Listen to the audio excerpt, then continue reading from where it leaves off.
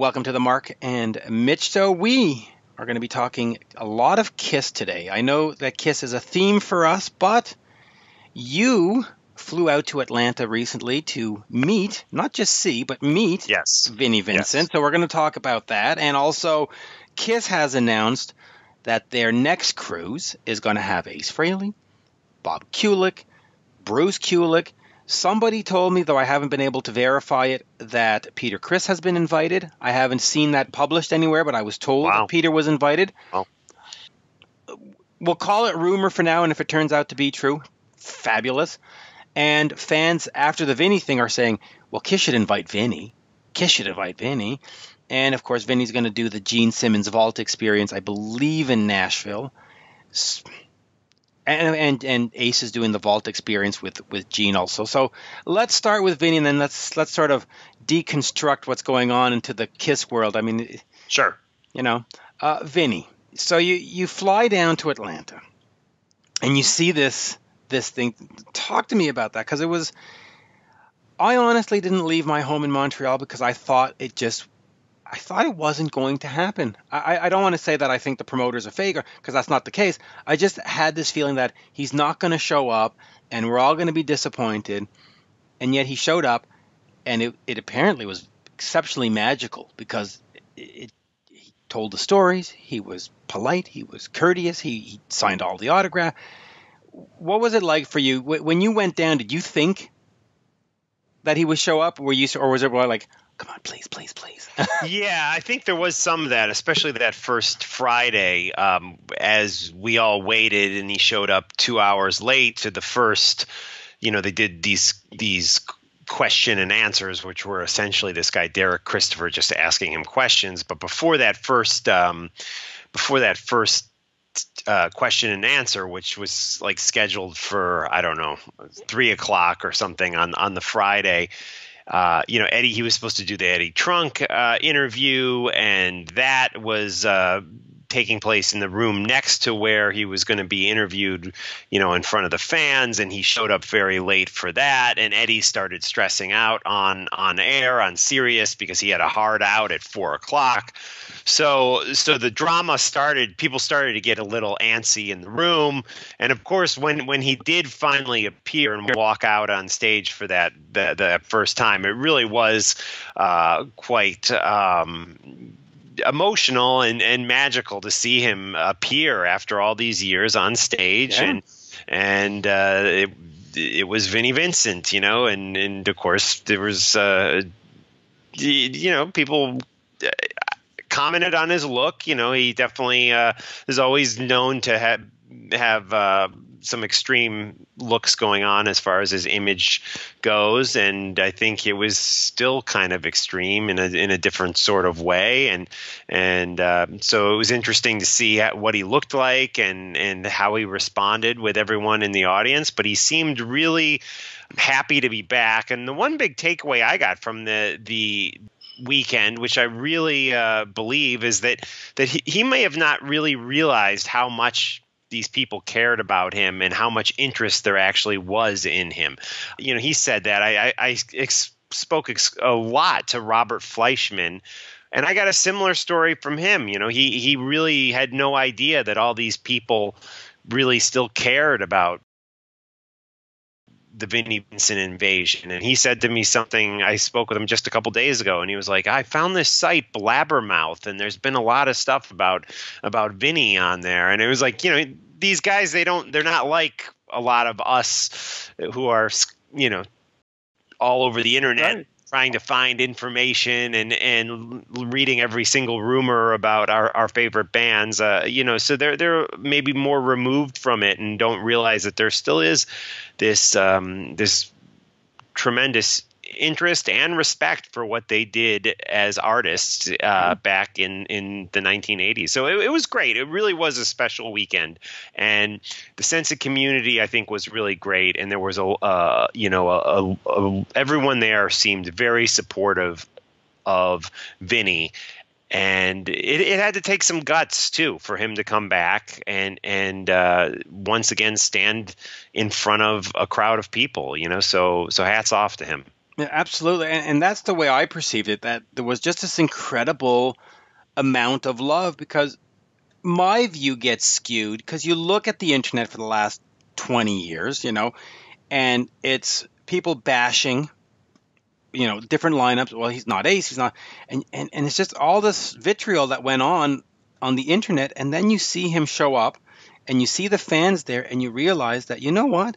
That's not the real reality. The reality is that you can fill a room with people that have this passion for what he did, this love for what he did, and same with Fleischman, with Robert Fleischman. People just really love their heroes, and so all this nonsense that you saw just dissipated. It just vanished, and it was truly magical. And I have said in the past that I didn't think Vinny belonged in Kiss. Perhaps wrong, because songwriting wise, he certainly had brought a lot to Lick It Up, to Revenge, and the other stuff. It was a nice sort of closure to the whole his story, and Yes.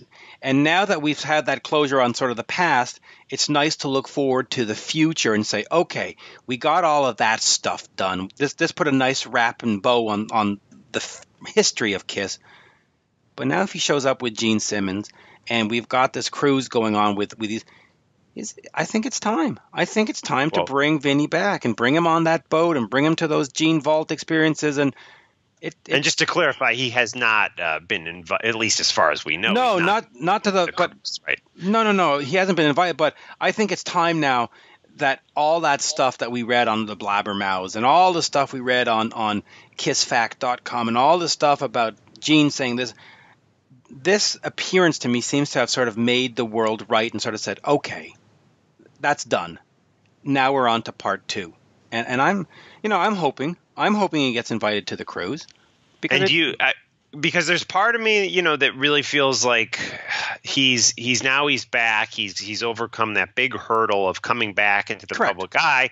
But there's another part of me that just wonders if this is just one last farewell and goodbye.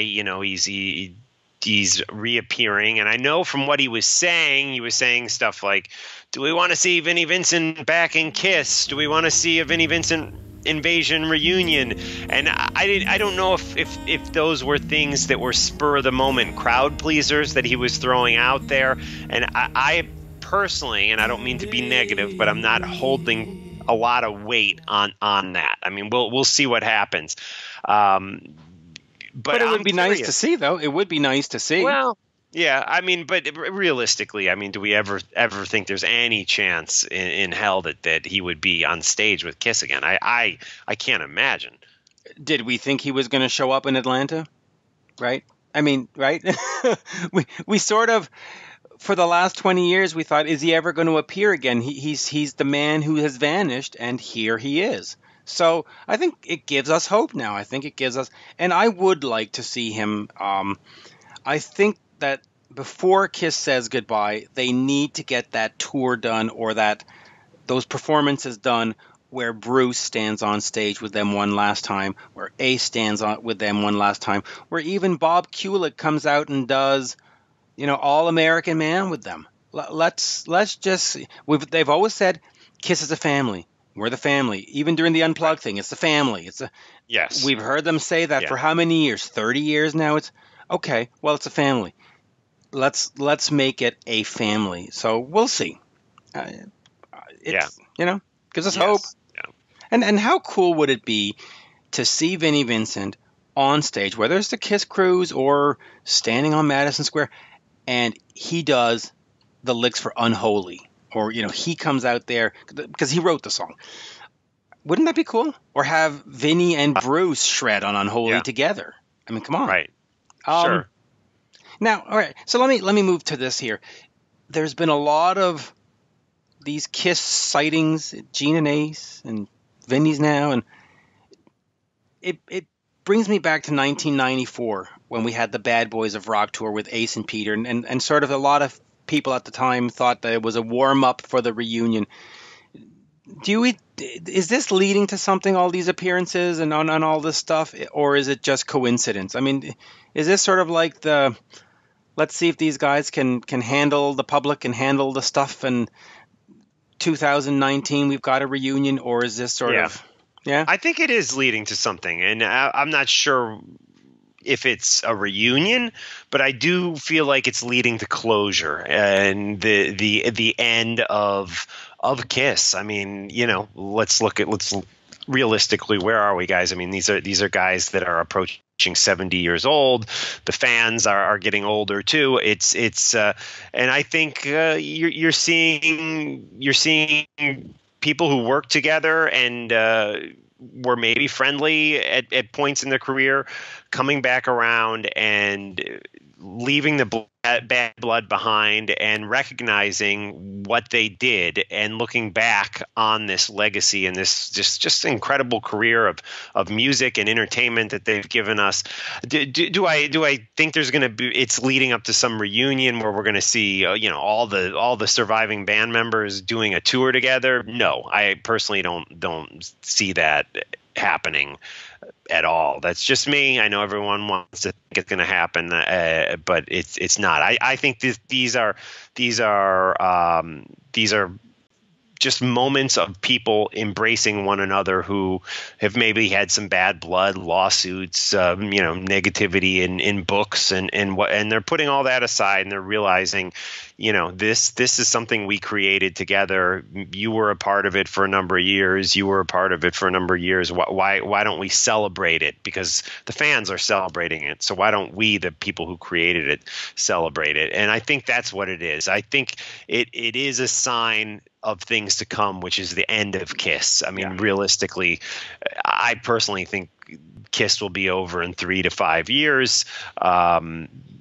Probably closer to 3. That's just no inside information. That's just how I see it. Yeah, so by 2021. Yeah. See, I see it as, I don't think you're going to get Bruce and Bob and all that to go out on tour all together for the entire summer, but I do see a scenario where Kiss will go out on tour and every stop will have a special guest. So, they do the Southwest and they're getting Bruce Kulick, and then they do the Northeast and they're getting Ace Frehley, and then they do, the Southeast and they're getting Vinnie Vincent. I do think that they're going to have some kind of tour that'll include special guests.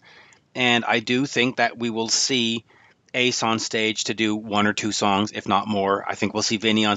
I don't think we'll see all of them at, with the exception maybe of huge shows like in Los Angeles or New York, maybe. But I do think that we're going to see a tour that is going to be Kiss featuring or Kiss with special guest. And they don't mean the opening band. They mean, when you hear Rock and Roll All Night tonight, Ace is going to jam it with us. When you hear Unholy tonight, Bruce is going to jam it. I think we're getting to that point. So I'm all for it, and I certainly hope it happens. And it sounds great. I'd love to see that happen. And if they go that extra step and bring the whole kit and caboodle out on the road, hey, dude. I mean, come on. You see Tommy and Eric, blah, blah, they do the makeup thing. They do some of the newer songs or whatever, and then Ace comes out and does some of the classic stuff, and then some of the 80s stuff, Lick It Up stuff comes out, and Vinny. That would be a big seller. Anyway, we'll see.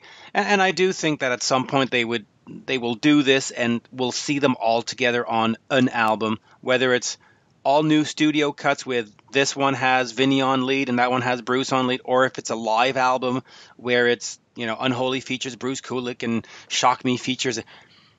I think that there's some kind of coming together. I don't want to say I study this, but if you look at what was happening in 93, 94, 95, leading up to the reunion tour, where suddenly Peter reappeared and suddenly Aces, I think we're seeing that again. And I think it's seeing those same signs that you saw in the past. Yeah, I think we're getting to this thing. So we'll see. Anyway, we'll ask fans on YouTube and other places to leave comments. What do you think this means? It could, of course, mean absolutely nothing.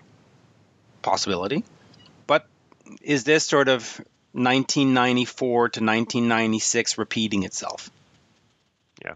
I think it is. I think it definitely doesn't mean nothing. I mean, if at the very least, like I said earlier, it means that they're embracing their past and their past members and everything that they've done in this amazing career. And I think we both probably agree, though. I mean, the end is definitely near for this band, right?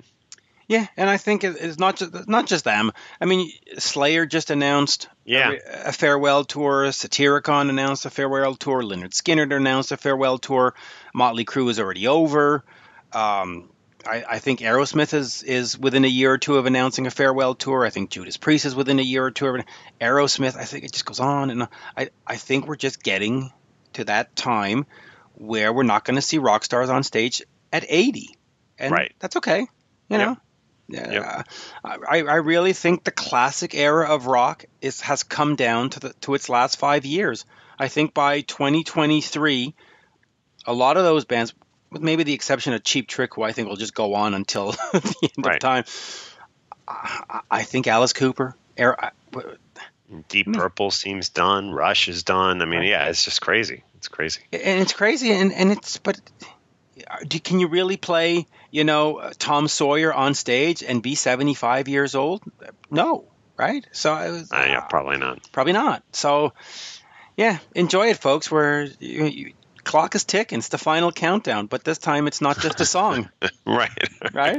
Yeah, that's a good place to end it. Yeah. Anyway, there you go. Find Mark's talkingrock.net, and of course at Striegel and at Talking Metal on Twitter. Yes. Right. And at Mitch Lafon, MITCHLAFON on Twitter. And follow my craziness on Westwood One now, the Rock Talk with Mitch Lafon. Great times. There you go. Very Thank good. You, folks. Thanks, Mitch. Cheers. See you.